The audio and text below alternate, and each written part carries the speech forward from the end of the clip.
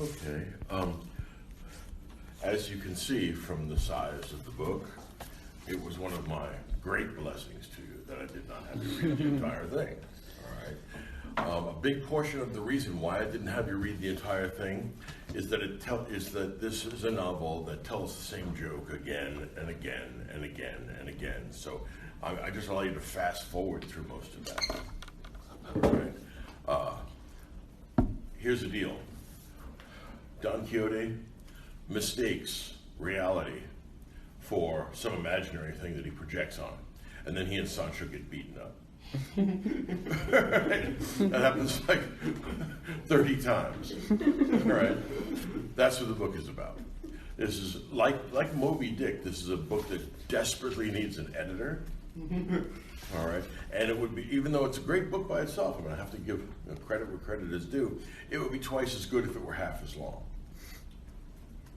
All right. You have to remember, Cervantes is a contemporary of Shakespeare.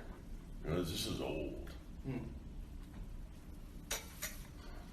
The first volume was published in 1605, 1615, the second volume, and it was so popular in the intervening 10 years that other authors, not Cervantes, began to produce knockoffs of it.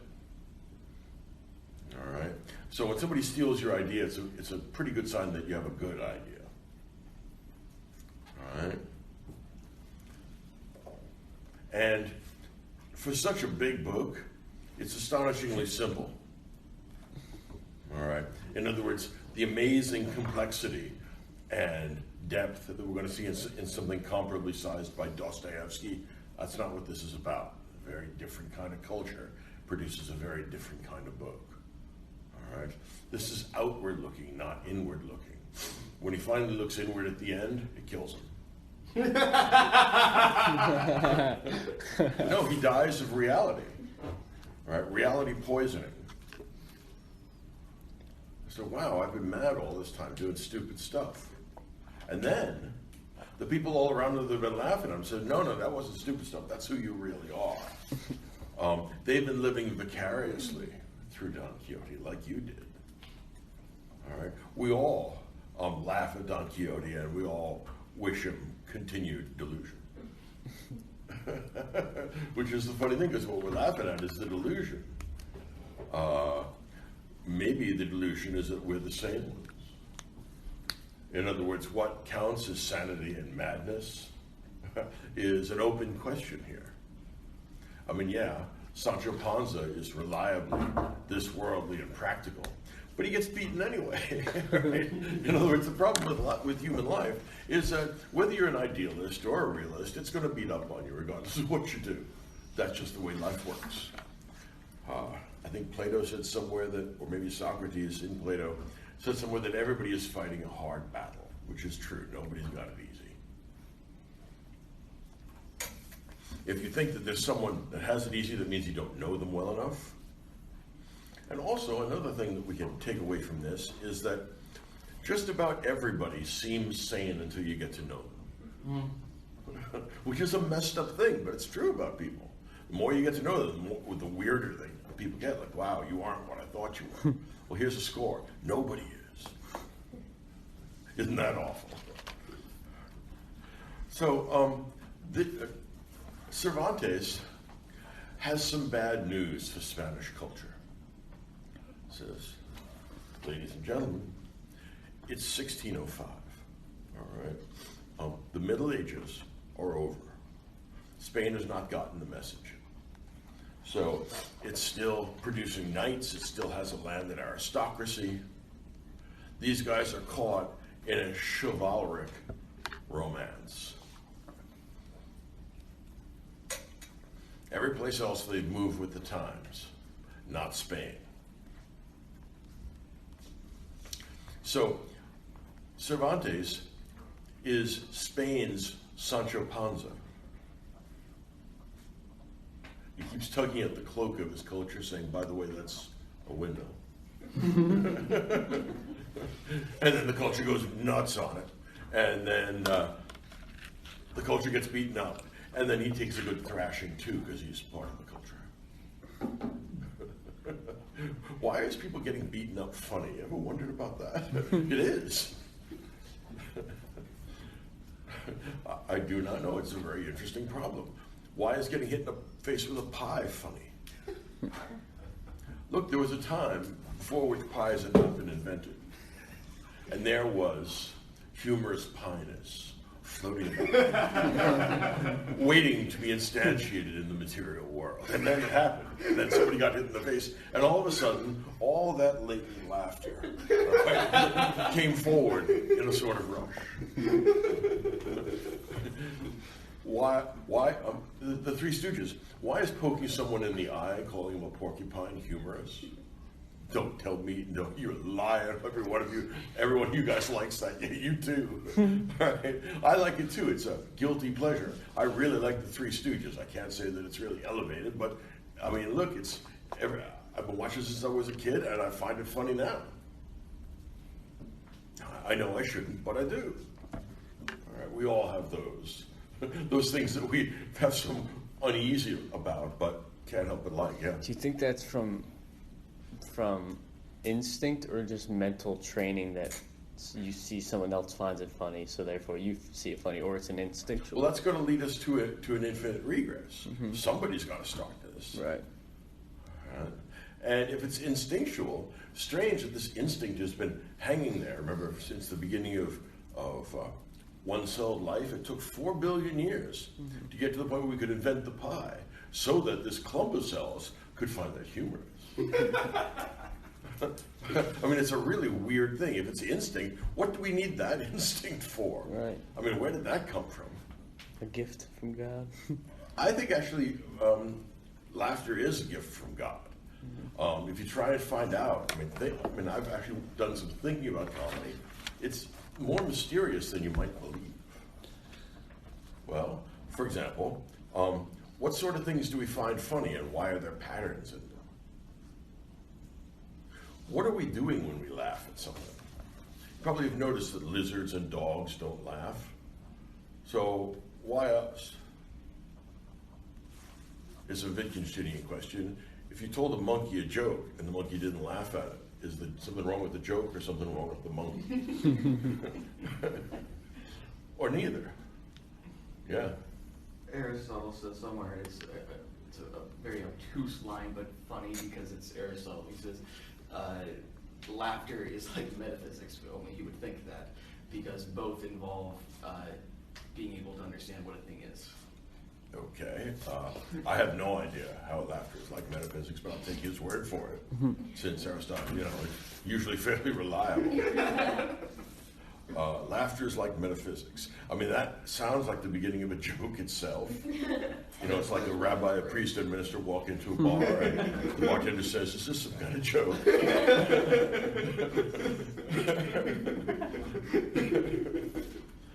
All right, so laughter is like metaphysics, which no doubt will be very helpful in our investigation.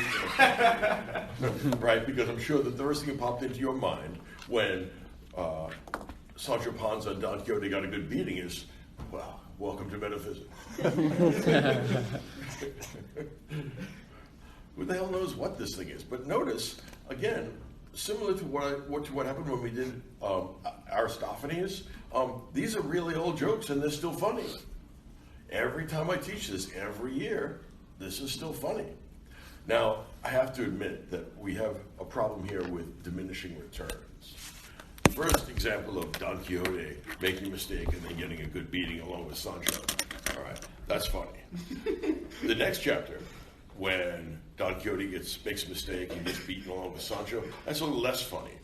About someplace like this point, it dawns on you that this is the same joke being told again and again,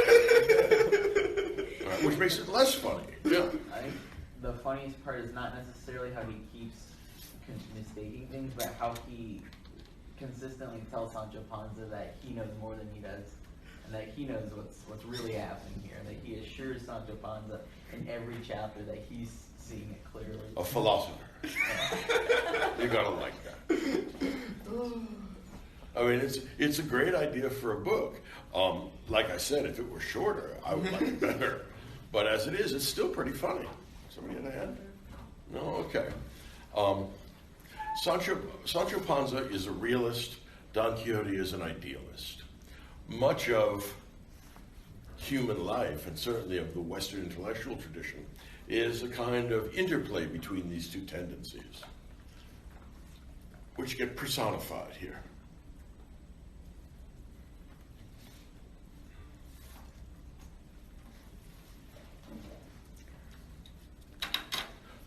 Now, Cervantes himself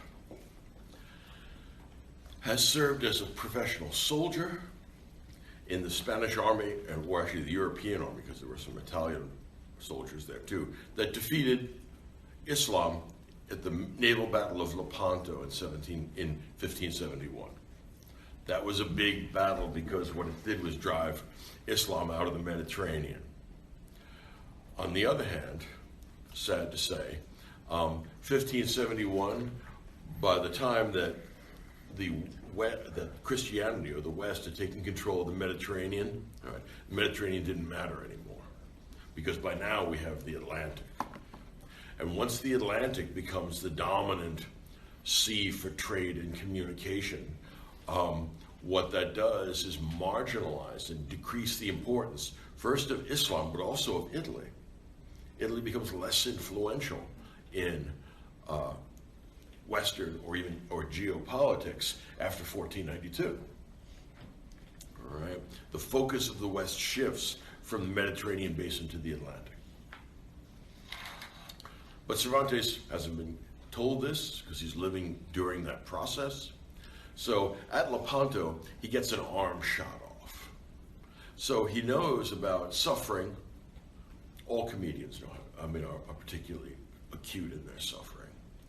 And he also gets captured and is held by the Muslims for 5 years until he gets ransomed.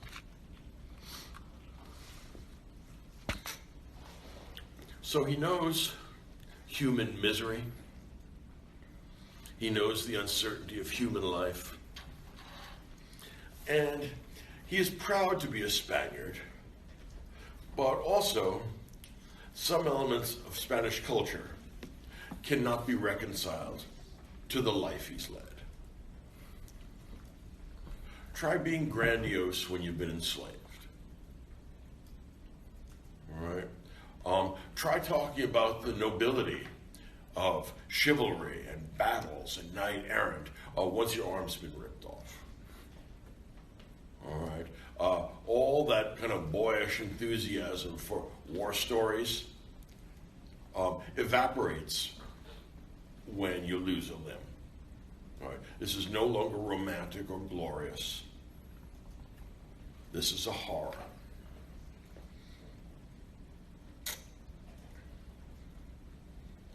So human life has many vicissitudes. We're not in control of most of them.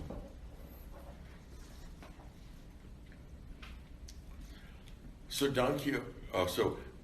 Alonso Quijano seeks refuge by reading chivalric romances. These are not quite epics because they're not in verse, but they all tell essentially the same story too. There's a knight, he has many virtues. He goes and does many virtuous things. He fights many battles and wins them all, never gets an arm torn off and goes home, and then is virtuous. All right, yeah? One of my favorite parts was the little poems addressed from those romantic figures to Don Quixote saying, "You are far and above superior to us." That's right, yeah. And of course it goes to Don Quixote's head and he goes mad. But this madness turns out to be a sort of salvation.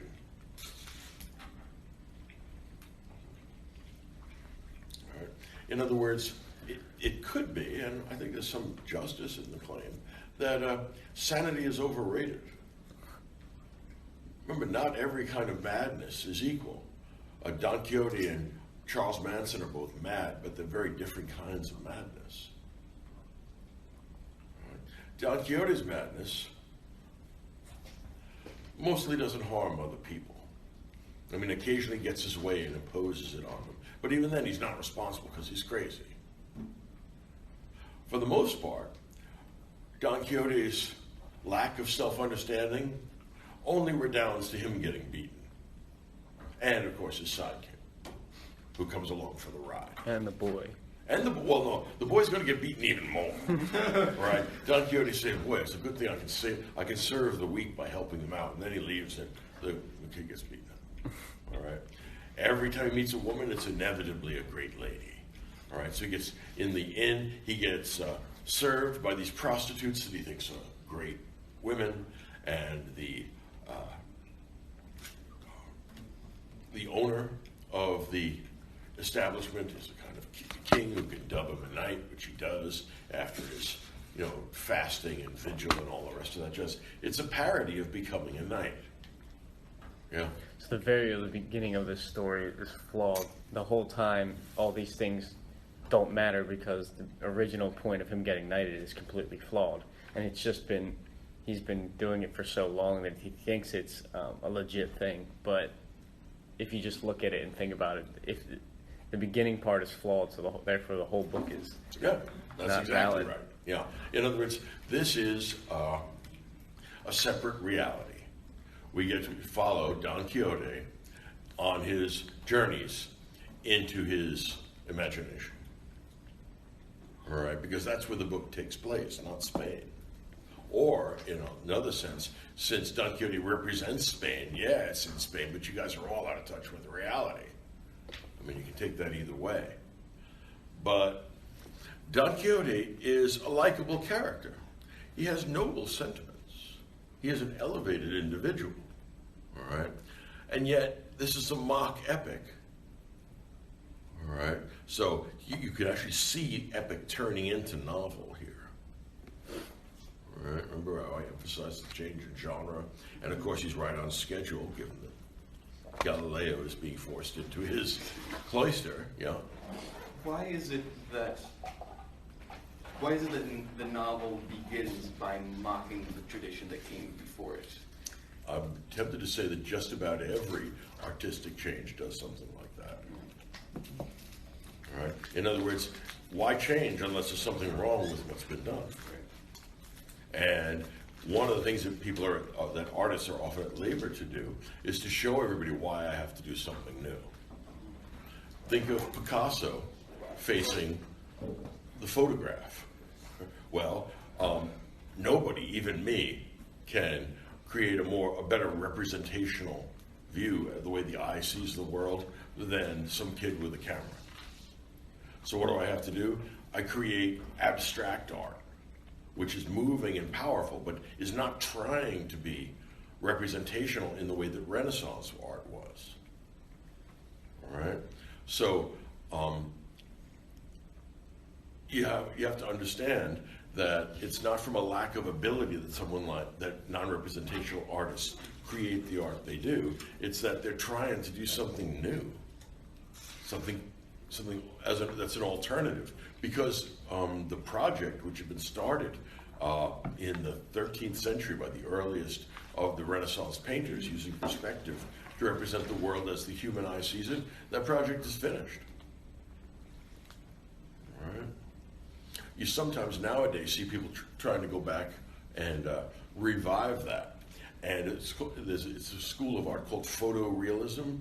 But what's weird about photorealism is that these are not pictures, that these paintings are not pictures of things. They're pictures of photographs. That's very weird. All right. And the idea is that you're trying to create something that is as close as you can to being indistinguishable from a photograph. All right. Okay. Don Quixote wants us to look at human life and find out that for the most part, most of us, most of the time, have no idea what's going on. All right? You will find this, for example, when you graduate from college. You will look back on that and say, why? I was mad as a hatter. And the things that I thought I knew, I mostly didn't. Think of it this way. If you don't change any of your opinions between now and the age of 30, you are mentally dead. So a lot of the stuff that you're really excited about now, no.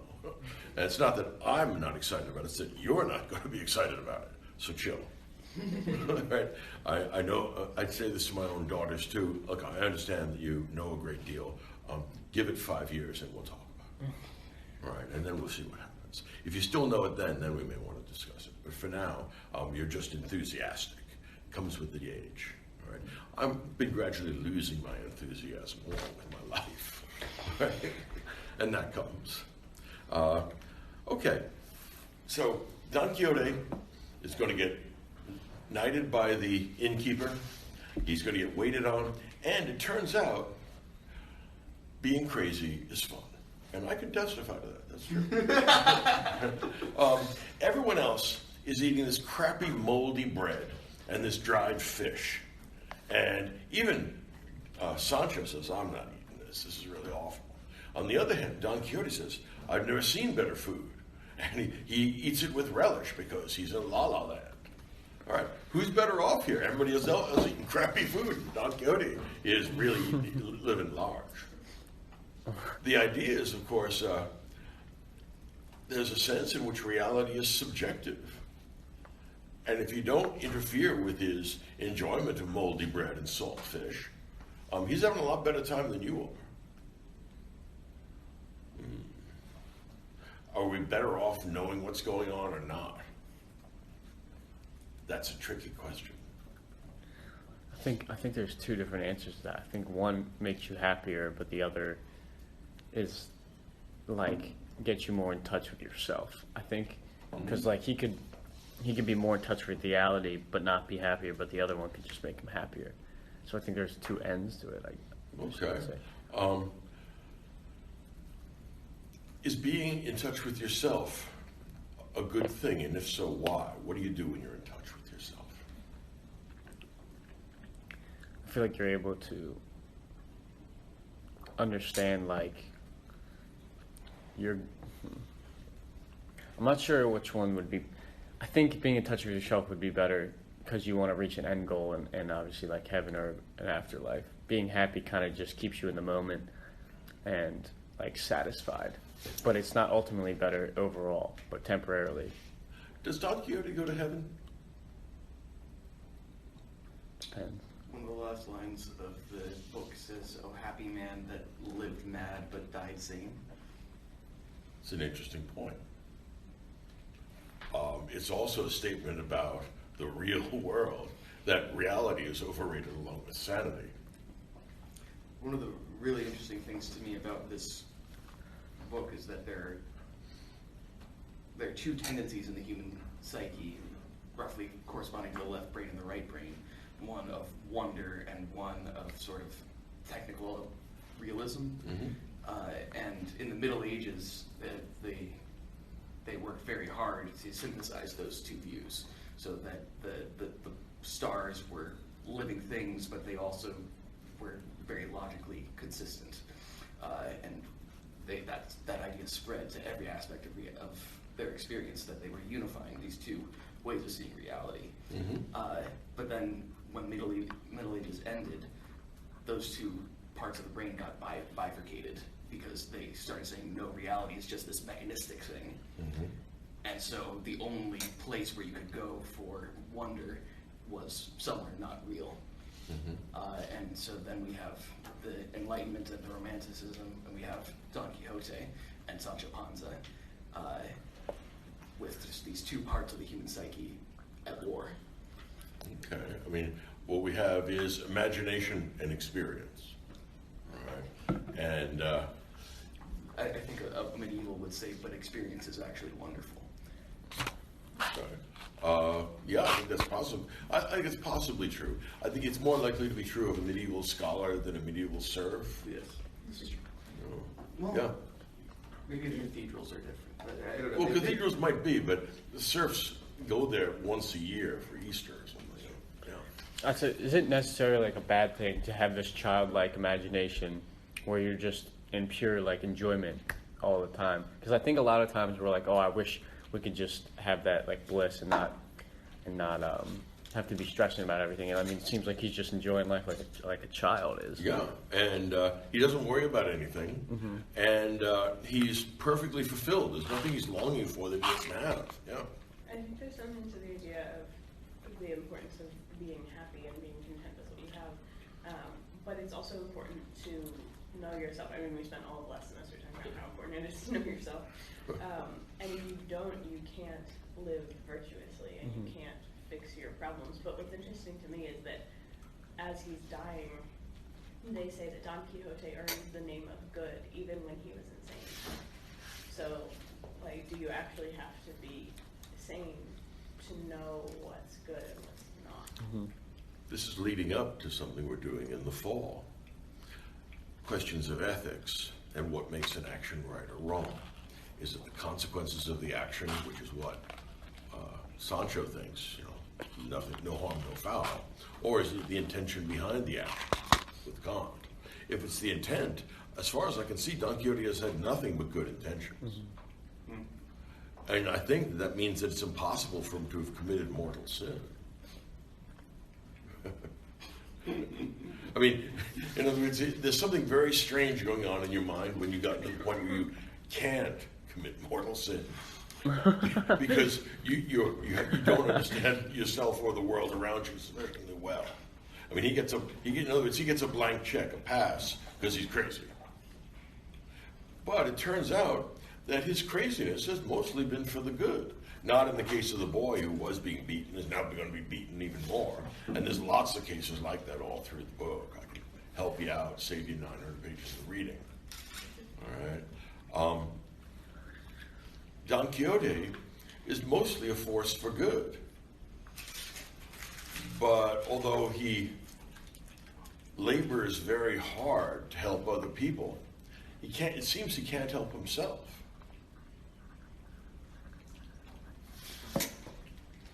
And Sancho Panza would like to help him, but doesn't know how. Even Sancho Panza begins to take advantage of his madness. This is great. Sancho becomes his sidekick when Don Quixote, or a poor man, says, "Would you like to become my squire? I'm going to be a knight errant, and if you want to come with me, I will make you the king of someplace once I conquer it." Well, okay, he does. And he becomes a king, and he's not happy. All right. So it turns out that sanity may be at odds with happiness. All right. This is not an Aristotelian kind of eudaimonia.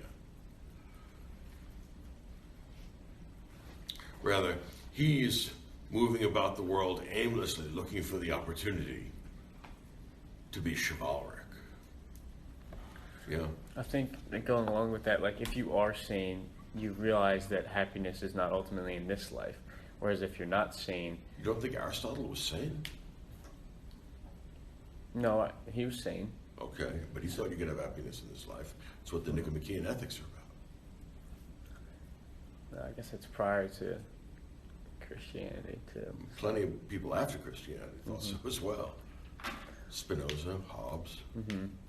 Well, then I guess it's a point of judging their life and seeing if they were actually That's it, happy. Yeah.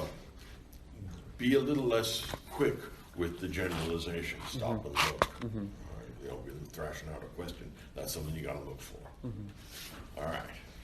So Sancho Panza is the brains of the outfit, which means we're in trouble. All right. He tries to curb Don Quixote's madness and is incapable of doing so. He is doing it because he thinks he's going to get some great position as a king. And towards the end, he and Don Quixote have transgressed and are engaged in, and have agreed, or Don Quixote agrees on behalf of Sancho, but that both of them will flagellate themselves as penance for their sins. Now, Sancho says, so you're going to flagellate yourself and then you're going to beat me. He says, I have an idea. I'm going to walk into that group of trees there. I'm going to flagellate myself too. Okay. Walks into the trees and wails on the trees. He goes, ow, ow, ow. And Don Quixote says, yeah, really lay it on. And then he comes back out, we've taken care of that. Why is somebody beating themselves or not beating? Why is that funny? You see how perverse human beings are. Yes, it's funny, but in a very perverse way. So everybody laughs at Don Quixote, but nobody laughs at his intentions. And that's actually, I mean, in other words, he's a strange kind of Kantian artifact. The only good thing is a good will, and I haven't seen Don Quixote want anything that was bad.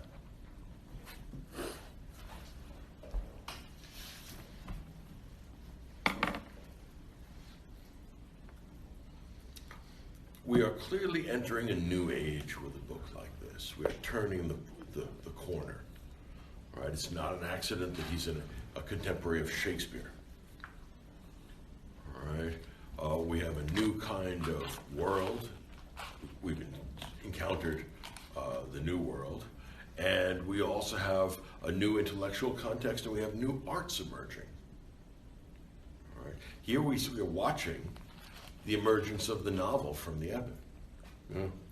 One of the fascinating things to me about the introduction is that I realize that he's not just satirizing the knight, but he's also satirizing the literary culture of the Middle Ages. The people who write books like this, so he's part of the joke. Yeah, and the culture of the authority of the ancients is he's very careful to completely undermine that, and that's necessary for the novel to exist because a novel never references the ancients that way. Mm-hmm.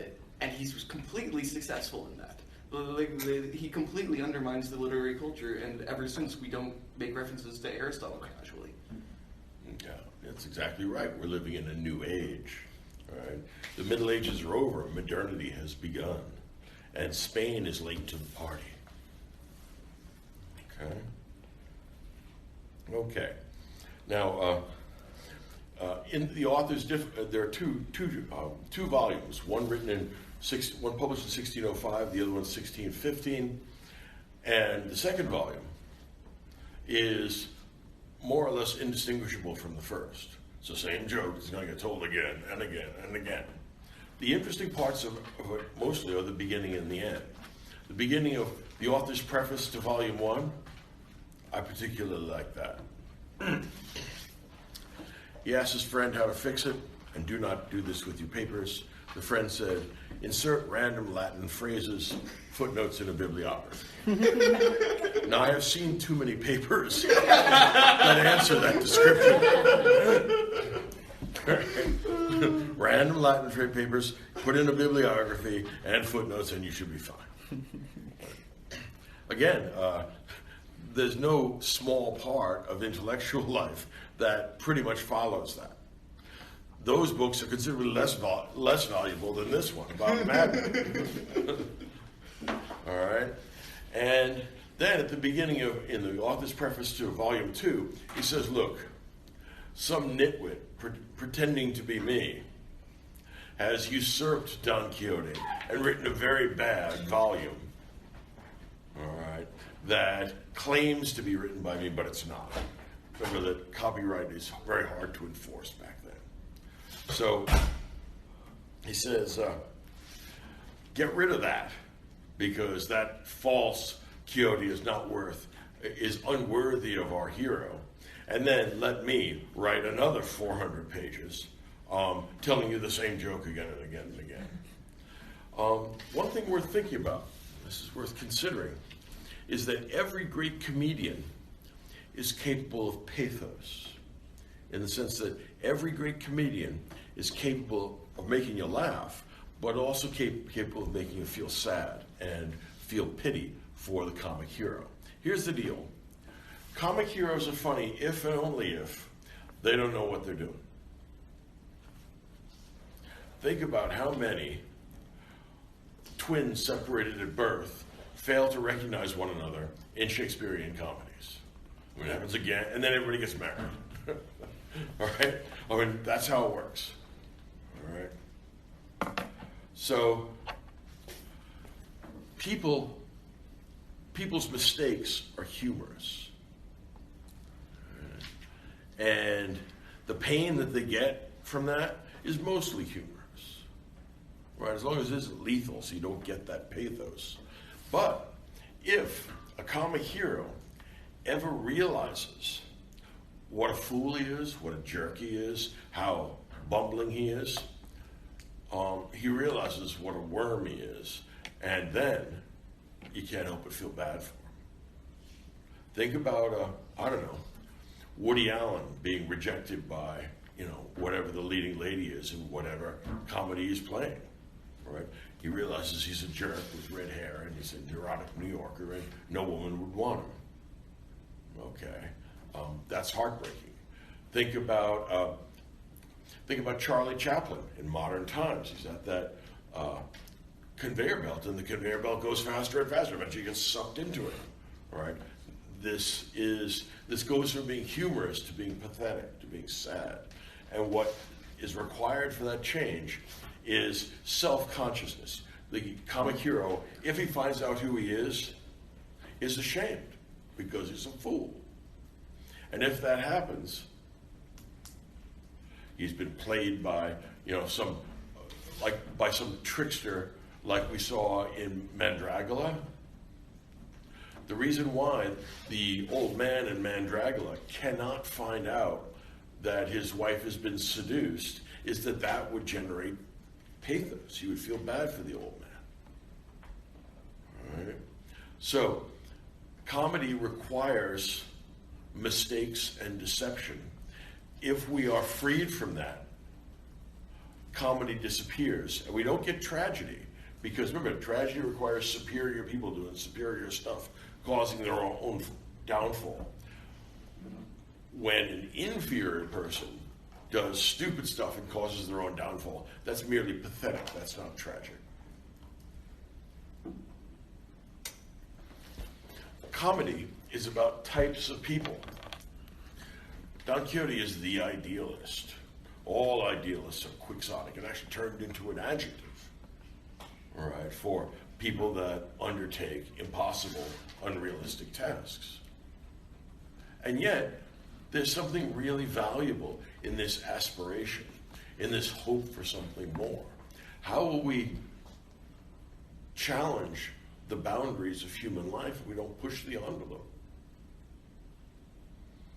If we don't try and do what people say is impossible, the impossible will never get done. And once in a while, the impossible happens. All right? So, Don Quixote is the object of everybody's laughter, but not the object of everybody's scorn. Crazy old man. But, he kind of brightens up the day, and he reminds you that, well, the things you worry about, they're overrated. And the fact that you're more realistic than he is doesn't necessarily, probably in fact doesn't make you happier. Where ignorance is bliss, it's folly to be wise. And so we come to the end. And the end, well, actually, I'm going to think of one exception. If you look at all the comedians, all the funny people that you can think of, on stage, in film, in novels, or in writing, just about all of them can get that pathos. And yet they all do it in the same way, by having the comic hero that we've been laughing at realize we've been laughing at him and why, and then he becomes ashamed and unhappy. Why? Because he finally realizes what he is. In other words, the tragic hero has to figure out before he dies who he really is. The comic hero, if he wants to stay comic and remain funny, can never be allowed to know who he is and what he is. All right? That would be sad. Why? Because people are mostly sympathetic to our own kind. And because we know we've played the fool ourselves more than once. Remember that old Smokey Robinson song, everybody plays the fool when it comes to sex, when it comes to love? Absolutely, there's no exception to the rule, and I mean you. Don't tell me differently. I used to be your age. Do not tell me differently. Right? Everybody plays the fool. All right? And as you get a little older, you get jilted, you deal with things as they come your way, you realize that, yeah, I've played the fool too. I look back on that and I was absolutely crazy. You're in good company because everybody works that way. All right? Comedy reveals something about human nature. That, strangely enough, we need reality, but we also need illusions to survive.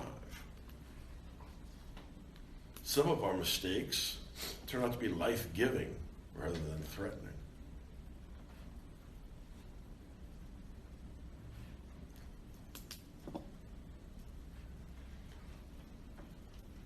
For example, we all, as human beings, are under the illusion that life goes on forever. Nay, at your age, it's an excusable mistake. At my age, it's not. All right? But we all work on the assumption that, we do our best to avert our eyes from the natural course of human existence. All right? Okay, now, usually, tragedies end in death and comedies end in marriage, but Don Quixote can't get married. Instead, he's going to leave his meager possessions to his niece and insist that she marry someone that doesn't read chivalric romances. So this ends in a marriage, but not in a marriage separate, not a marriage of the comic hero. Instead, the end of the book, the fog lifts. Alonso Quijano realizes that he's Alonso Quijano, not Don Quixote de la Mancha. His horse, Rocinante, is not a sturdy charger, a big war horse. It's a skin and bones old mare, just barely carries him around. The ladies around him are hookers, not aristocrats. And he has spent his life pursuing a dream, a chimera, something that isn't real.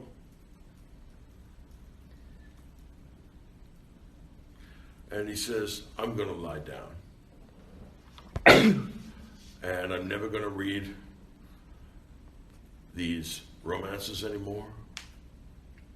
And not only am I never going to read these romances anymore, I'm never going to go out as a knight errant. In other words, there's no volume 3 of Don Quixote. Instead, he takes ill, and this is a sickness unto death. And he's not thwarted by any of his imaginary encounters with monsters. He's thwarted by reality. What kills him is an overdose of the here and now. Now, what is most remarkable here is that in this deathbed scene, we're getting our pathos here. Remember what I said? Every comedian can elicit pathos. I think that's generally true. The only comedian that I can think of that I don't think can elicit pathos, and he's a great comedian, is Groucho Marx. He's too much of a smartass, right? He knows he's a smartass with a cigar, but he never gets to the point where he says, "Wow, I've been a damn fool." All of his comedy is based upon the idea that people around him are idiots. All right? But with that exception, every comedian can elicit pathos, which is different from the tragic emotion because it's an inferior kind of recognition and self-understanding and acceptance of death. And Don Quixote turns back into Alonso Quijano, and the people around him who used to laugh at him all the time, they keep telling him, "No, you're Don Quixote, you're not Alonso Quijano. Get up, get on the horse, and go and do something fabulous, do something stupid. Keep us all entertained." Now, part of it is that they really like the entertainment. Part of it is that they've been vicariously living through Don Quixote. We all respect it. We all respect idealism. And as Kierkegaard says, purity of the heart is the will to one thing. It's a beautiful line. And once he finds out who he really is and stops his comic knight errantry, the world is a lesser place. The world has been diminished for the loss of Don Quixote in a way that it's not diminished by the loss of Alonso Quijano. It turns out everybody else's sanity depends on his sanity, on his insanity, because everybody else's sanity, where moldy bread is moldy bread, has not been making them happy.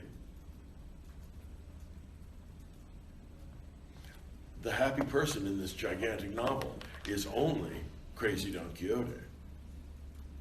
Everybody else ends up disappointed, shortchanged, otherwise attacked, generally for no reason. I mean, story after story. Mambrino's helmet, which a barber has a wash basin so you can shave people. Don Quixote thinks it's a golden helmet and goes and wails on the barber until the barber comes back and wails on him, and all the barbers then wail on him and Sancho. Again, it's the same joke being told again and again. You have to remember how this will have been encountered in 17th century Spain. All right? Remember that mass popular literacy doesn't exist there or anyplace else yet. Okay? It means that if you could find a literate person, but it's 1 in 20 or 1 in 50, something like that. Most people cannot read and write. So, if you're traveling, or if you're making say a pilgrimage to St. James Compostela, you stay in an inn overnight, and to finish the night's amusements, we have dinner, we have some drinks, someone will open up a copy of Don Quixote and read aloud one of the stories, and that will be a kind of standalone experience of Don Quixote. Now, you can do this on the road to Compostela, and you can hear story after story, but they're much more bearable, they're much more entertaining and lighter if you are getting them one at a time. Because they're the book has this kind of cellular structure. There's not much development from one episode to another. It's just a different way of being mistaken and a different way of getting beaten. All right? So this is the kind of book that was not meant to be consumed in a sitting. The way there are many other books that are intended to be complete wholes. You're supposed to sit down and motor through them. All right.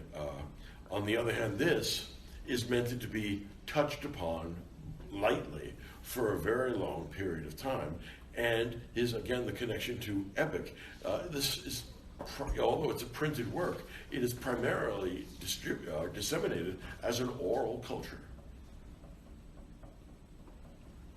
Right? Remember, you can't get the novel full grown until you have people to read it.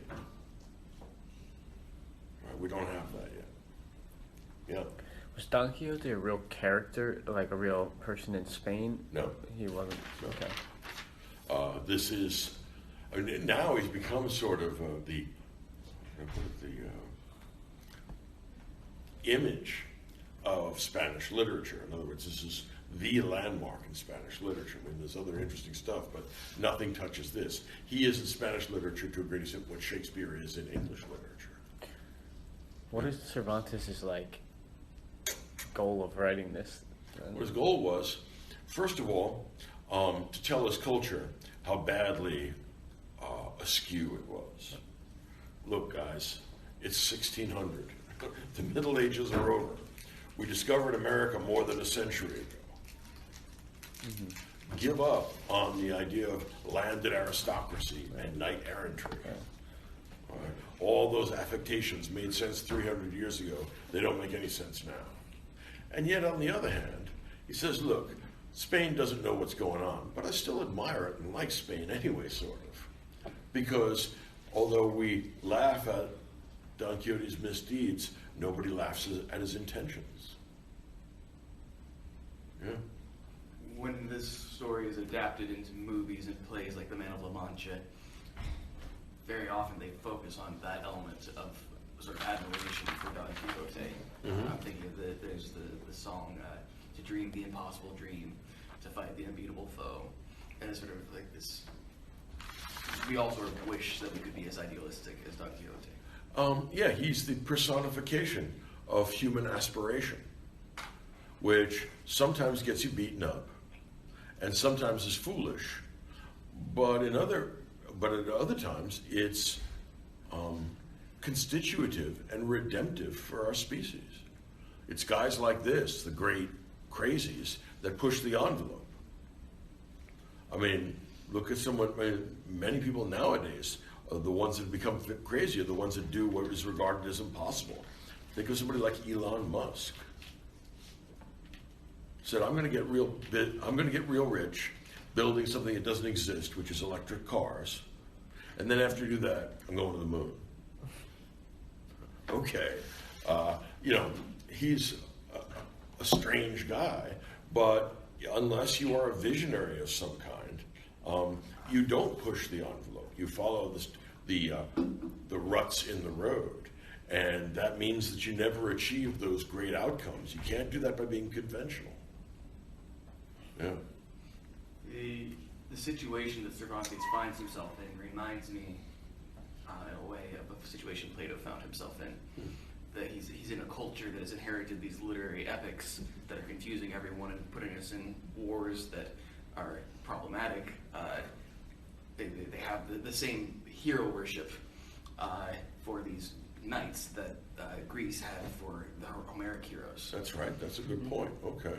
But what Plato does is he at least thinks he discovers a reality which is far better, and then comes up with a new hero to replace Intellectual heroes. right someone to replace the Homeric heroes. And for Cervantes, he would listen to Plato tell him this and just roll his eyes, saying, "Look, let me explain the situation to you." Yeah, no, he would send Sancho Panza in Right, to try yeah, you need to talk. give Plato a talking, or Socrates a talking to.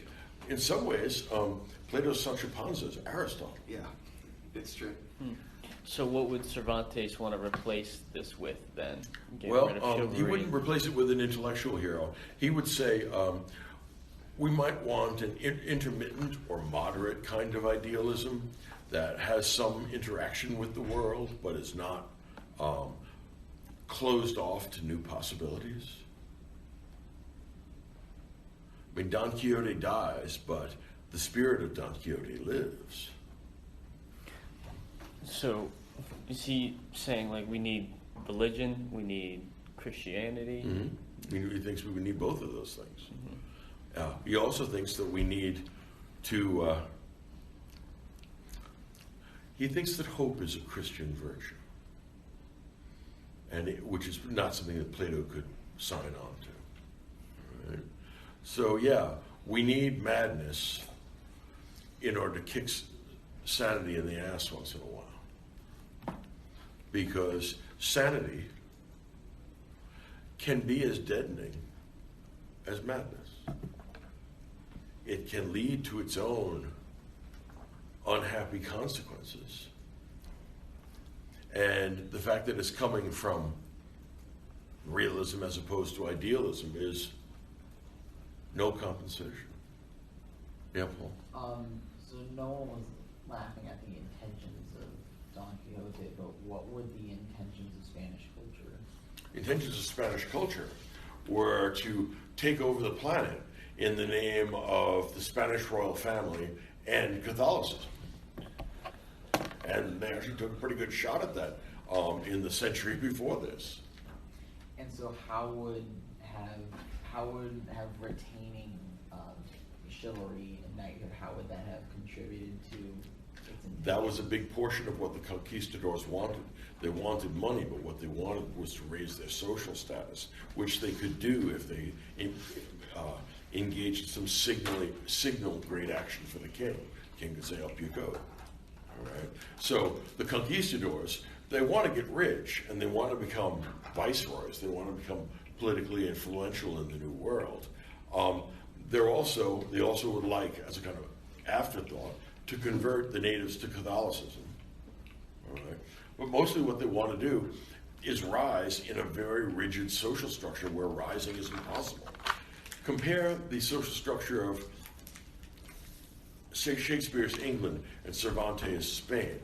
In England, we're having the rise of commercial capitalism, the rise of rich merchants that sell wool. Remember the sheep that eat men? Okay, that doesn't happen in Spain.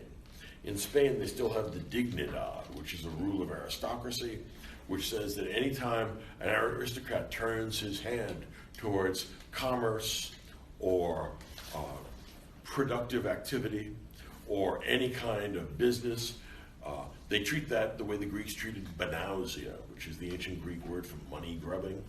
And as soon as that happens, you're no longer an aristocrat.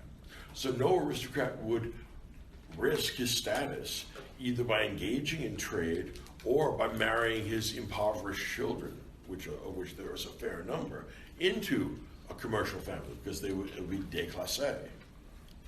All right? So in England, on the other hand, as the aristocrats were losing ground to the price revolution that comes with all the money coming in from the New World, they married into great commercial families. And so you have the welding together of commerce and aristocracy, which eventually held on. I mean, England still has landed aristocrats, but the aristocratic part of it is not a big deal anymore. It's organized around money.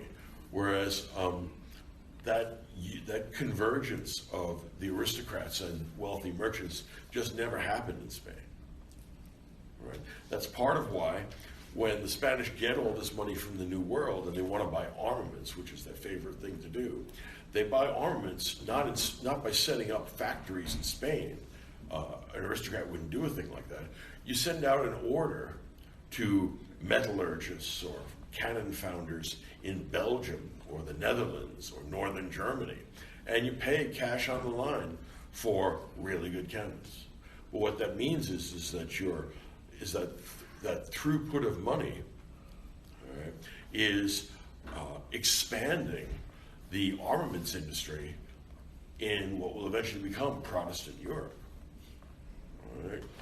So Spain, to this day, is much less commercially and industrially developed than places like the Netherlands, the Low Countries, England, and that's the reason why. They held on to the Middle Ages too long. This is a sign that it's about time to move with the times, but too little too late. Right. And this is where I wanted to call halftime in our reading of the Western tradition. Now, of course, because I've had the unusual luxury of being able to move my course from 1 year to 2 years, as you will acknowledge, it's a very different course because, well, I'm not quite as driven to get to max out every week. Now, of course, if it were up to me, I'd go from 2 years to 4 years and really give me some reading, but I can't do that. All right. I mean, there's always more to read. Just get used to that fact. It's never going to change till you die. But this is halftime. Why did I choose this? Well, we're on the brink of a new age. We're going to see the rise of modern natural science. It's already started happening, but people don't notice it. Remember that when you get the first new impulses into science, there are like half a dozen people that know about this new breakthrough, right? Just like now, if someone were to connect gravity and magnetism, right, at some Institute for Advanced Study, we would all say, oh, finally. I mean, it'd be a great thing if they could, but none of us knows jack about the relationship between magnetism and gravity. And it may have some practical significance for our grandchildren, but me, I don't know what's going on.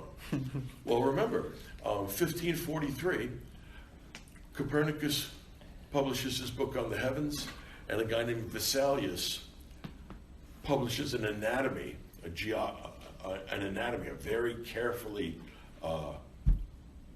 illustrated account of the parts of the human body. In other words, he takes it apart, and he's a professor of medicine. What's his name? Vesalius, Vesalius. Both of them published their groundbreaking books in 1543. The scientific revolution is underway. A small fraction of 1% of Europe is aware of that. All right? So clearly Cervantes doesn't know about it. And he's not stupid, it's just that he's not a specialist. Who reads these books in Latin that almost nobody can get access to? And then once you get access, you need a lot of mathematical background to be able to do Copernicus, to follow why his model is better than the geocentric model. All right? So remember that there's always a lag time when you get a scientific revolution. It takes a while. And it's the length of the lag time is contingent upon the kind of communications that the society has. If communications are really weak, like you see in the Roman Empire, somebody can, like Galen, the great physician, can think something up and nobody in the provinces knows about it. Someone explained to me recently that ancient Greece had steam power technology, but they only used it for mythic rituals and never shared it with anyone, so it never took on.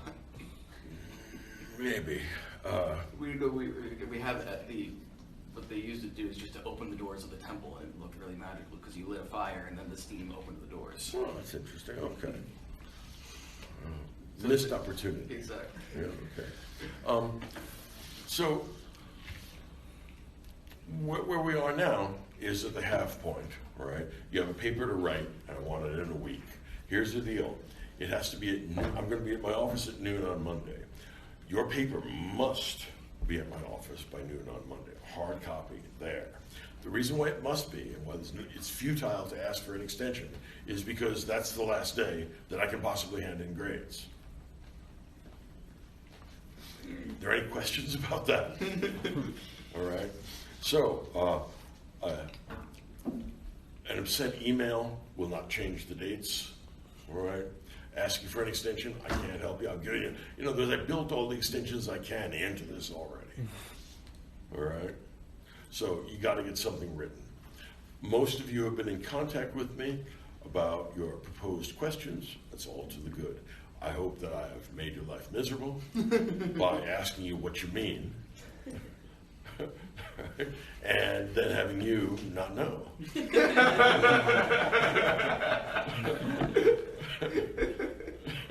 That's actually good for you. Questions about questions. What the hell did you expect? That's all I do. All right. So I want a paper from you. This is where it ends, and you have reading for the summer. I know, it's awful. Get used to it. All right. If you want to talk about your paper, I'll be at my office now. If you want to talk about your question, I'm happy to do so. If you just want to do it with email, that's okay too. Okay? But you must get Shakespeare and Cervantes into your essay. You figure out how to shoehorn them into your question. All right? The easier and more natural you make that look, the better the question is. Okay? Questions about this question? That's all you're stuck with is questions about questions. Well, here's the deal. All right, I'll let you go with this. Everybody's going to do fine in this class, right? You really don't have to get all psycho about your grade. It's just not that big a deal. I figure anybody that can give me reason to believe they've read these books deserves a break, right? No, more than once. I mean, I frequently give out A's to people I think are just wrong. I mean, it's okay to be wrong. If you're wrong in an interesting way, actually, that's a real achievement. All right. On the other hand, it's also easy to get a C, right? And you do that by telling me what I already told you, because I know what I think. So there's no point in having you tell me that in the paper. I want to know what you think, and you're supposed to think something. Anybody find that mysterious? Okay. To those of you that were involved in the Shakespeare production, congratulations. It was admirable. I'm very proud of it. I think it's one of the best things at Ave. And now, because the play is over, get back to work. I don't want to hear any more about how much you push things off. Don't bother to send up a flare because I can't help you. Now you have to get things together. All right. So I'll be up at my office if you want to chat. Shoot me an email if you're uncertain, or if you want to do that, handle the question that way. Questions about these questions? All right then. Do some writing. and then I will shoot you a syllabus for the fall, and it'll give you all kinds of things to think and read about. And my children have looked at my syllabus and said, Dad, you want to make everybody a nerd like you? No, my daughters have no interest in the great books, and the reason why is because they said, Dad, everything reminds you of a book. We sit down at the table, string beans remind you of a particular book. I mean, there's nothing that doesn't remind you of a book, guys. We don't want to do that. And one of my daughters is getting a PhD, but not in the great books, because that's already been done. All right, that being said, I will be upstairs. Good luck, and you did a good job this year. I mean, I know that you worked